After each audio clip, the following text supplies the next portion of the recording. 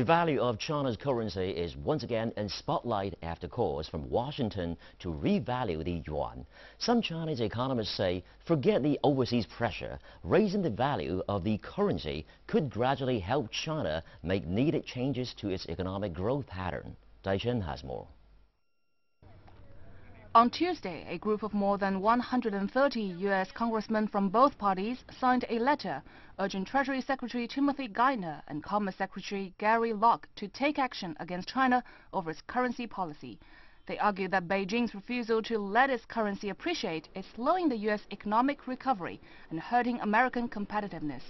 Professor John Quelch from Harvard University sees it more as a blame game. More importantly, we are in the run-up to the midterm elections in the United States. There is a high level of unemployment. Many Democratic congressmen are nervous about retaining their seats in the upcoming election. Whenever there's a downturn in the economy, it's always a motivator to find some external force to blame for the difficulties that the country is in.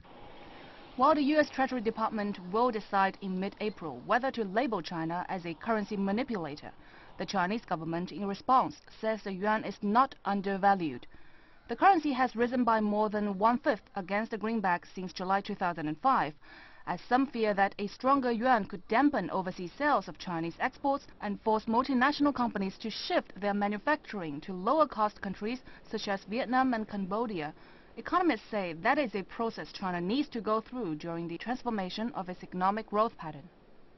Chinese economy now is going to have to shift over the next 10-15 years from a strictly manufacturing economy to one that has a much greater emphasis on research and development and creative product innovation that can be not just the factory to the world, but the science lab to the world. In his government work report, Premier Wen Jiabao said changing the country's economic growth model is key to sustainable development. And many economists agree that the appreciation of the yuan could help by encouraging companies to produce more value-added goods. Dai Chen, ICS News.